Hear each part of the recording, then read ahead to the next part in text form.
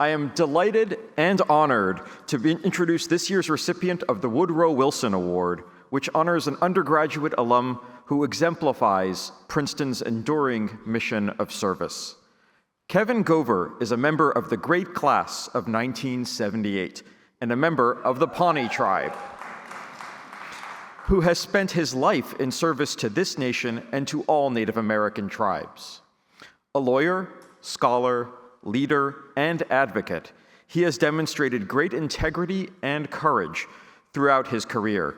He now serves as the Undersecretary for Museums and Culture at the Smithsonian Institution, and he is responsible for an expansive portfolio of museums, cultural centers, archives, exhibits, and programs.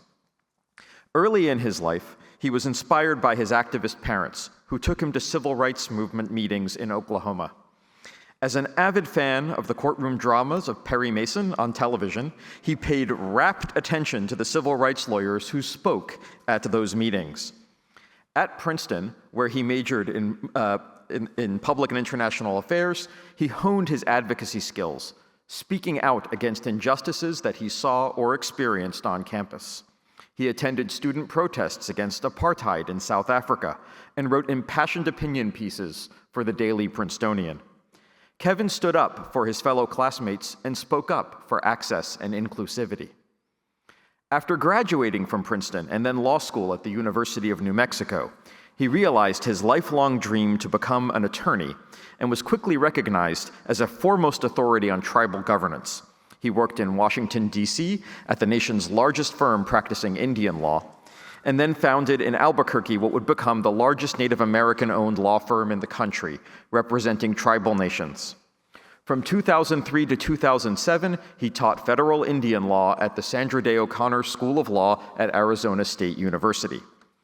Through high-profile public service roles, he has led policies and designed programs that promote cultural understanding and empower communities to tell their own stories.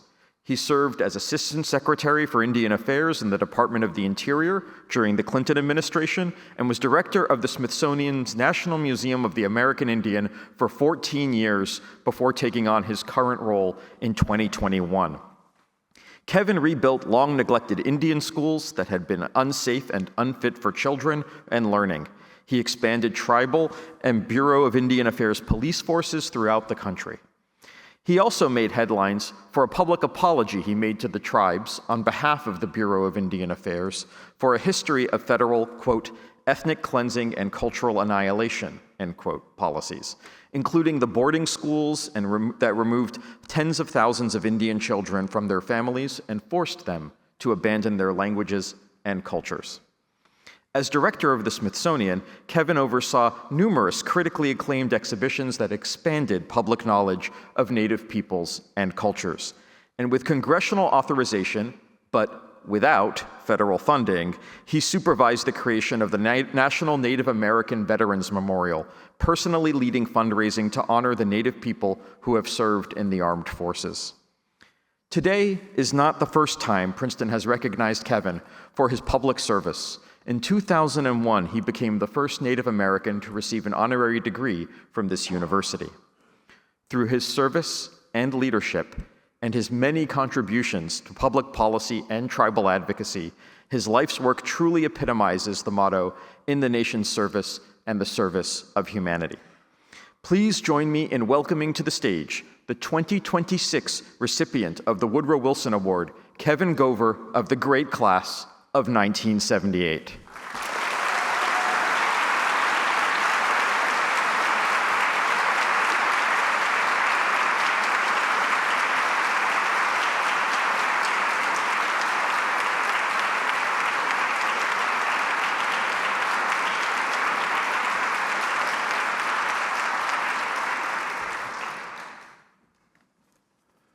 Oh, wow. First of all, can you believe these young people? You know,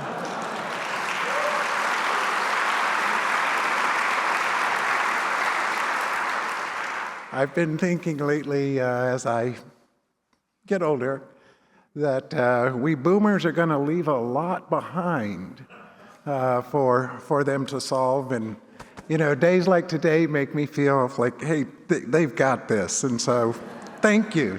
I just so look forward to seeing what you do. Thank you as well, Dean Gordon, President Ice Gruber. Thank you to the Alumni Office for the wonderful hospitality. Yolanda Silver's been taking me around the campus and setting things up.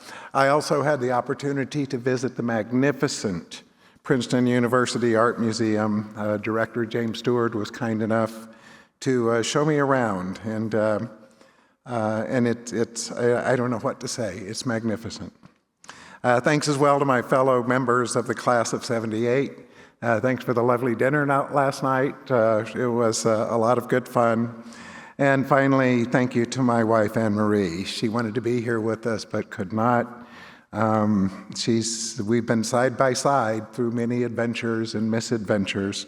So thank you, my love.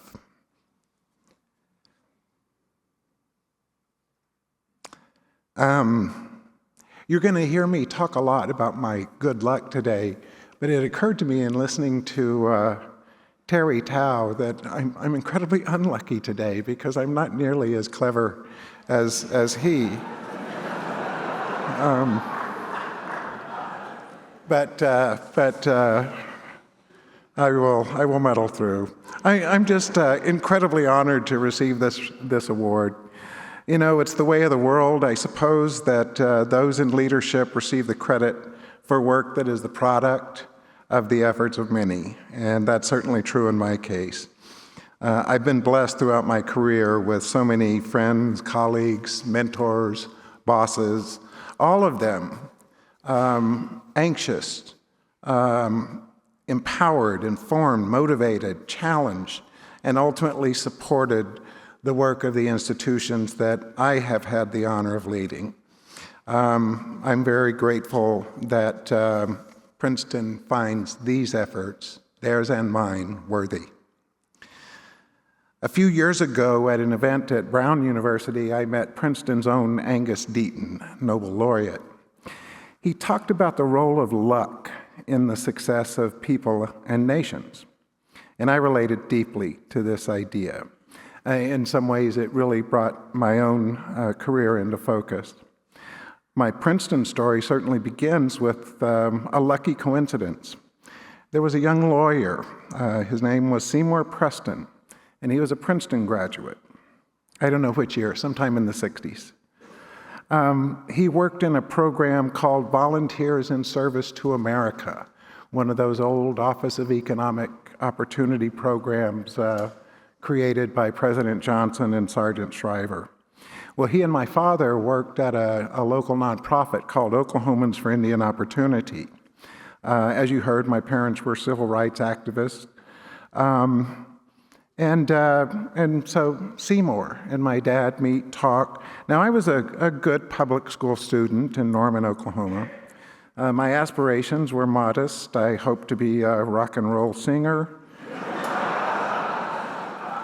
or a linebacker for the Oklahoma Sooners. It turns out I had little talent in those areas, so I became a lawyer instead. But my parents, they had higher hopes for me than I had. Seymour also happened to be a graduate of St. Paul's School in Concord, New Hampshire. And he said something, I don't know what, to St. Paul's School that convinced them to allow me to apply out of cycle and be tested individually for admission to a prep school. I'd never heard of St. Paul's School. I had no notion of what it was all about. But that's how I, one of thousands of 15-year-old Indian kids from west of the Mississippi, ended up at this stodgy New England prep school.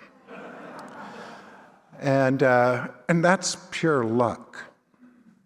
St. Paul's, of course, opened the door to Princeton. And I followed Seymour Preston's path and came to Princeton along with several of my friends from St. Paul's. And sure, effort and academic talent played a part in these events, but the series of coincidences that led me here can only be explained as luck. My luck continued. In 1975, I served as an intern for an organization called the American Indian Policy Review Commission. Now, this was a congressional commission composed of senators, congressmen, and Native American citizens who were tasked with a comprehensive review of federal Indian policy.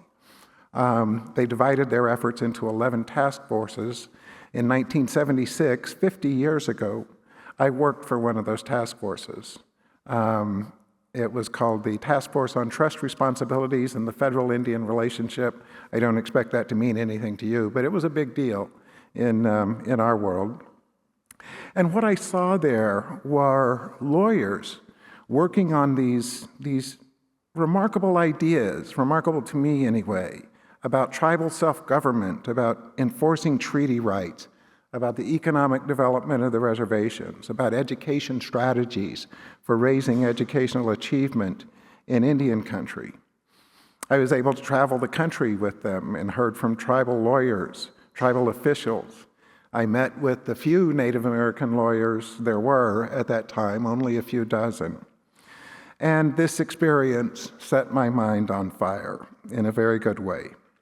And I knew what I wanted to do. I wanted to be a part of this cause, this movement, to restore power to the tribes and aid in their recovery. I returned to Princeton that fall with a renewed sense of purpose and a much clearer understanding of why I was here. And in the 50 years since, progress has been steady for these communities I serve. It was brought about by the resolve of tribal leadership and the work of lawyers in government and in the private sector. And over the years, many different politicians supported us as well. It was President Nixon who first developed a policy called self-determination. It was President Ford who signed the Indian Self-Determination Act. During the presidency of Jimmy Carter, Congress passed and President Carter signed the Indian Child Welfare Act, the American Indian Religious Freedom Act. President Reagan signed the Indian Gaming Regulatory Act.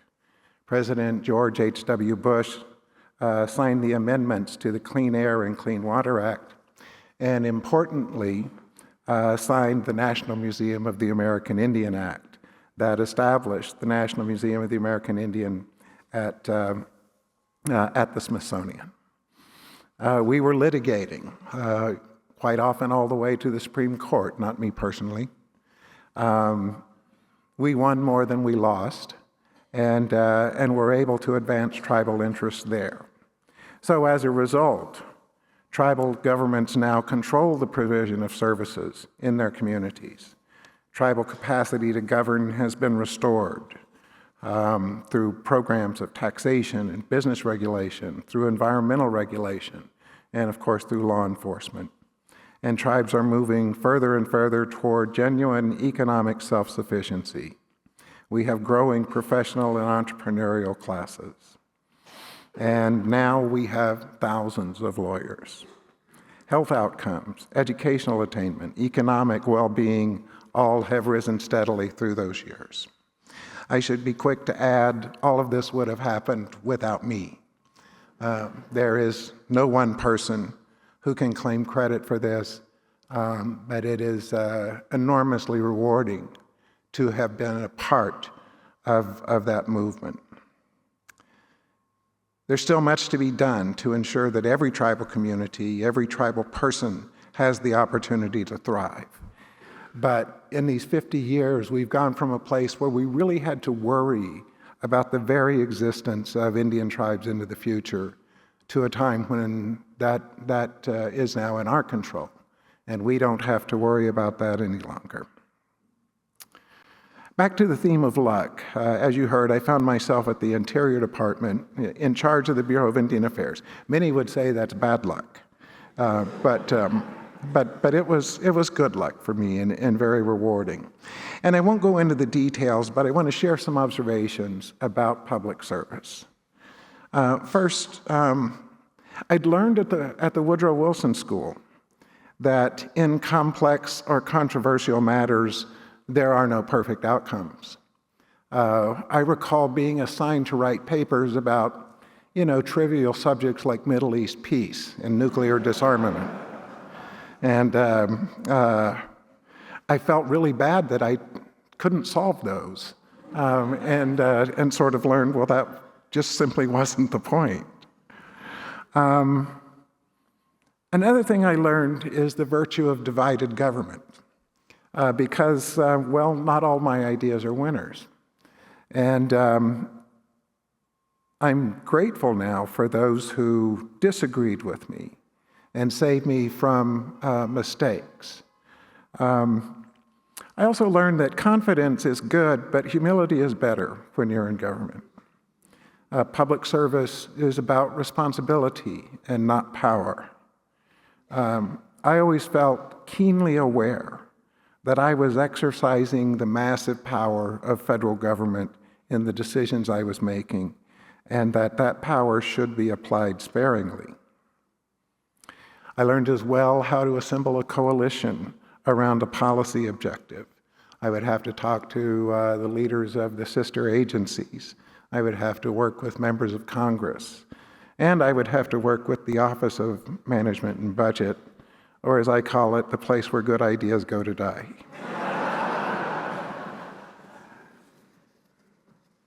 I also learned to respect my adversaries, those who disagreed with me. And there was a certain senator who at the time was from the other party and was chair of the Appropriations Committee that controlled the budget of the Bureau of Indian Affairs and the Indian Health Service. And he had made a successful political career in many respects by opposing the sovereignty rights and the treaty rights of the tribes in his state. He was an attorney general, later became a United States senator. And so we were unlikely to agree on those matters. But what I really came to admire about him is he was willing to find things that we could agree on. And so it was he, as much as anybody, that made it possible for us to provide those additional law enforcement resources, for us to build these new schools, build new hospitals. And I lament that kind of relationship is increasingly unlikely in our partisan times. So now, the question for the ages, of course, is how does a lawyer, lobbyist, policy wonk end up running a Smithsonian museum? And by now you know the answer. It was luck. By 2007, I had a pretty good resume by this time, but not a word of it involved working at museums.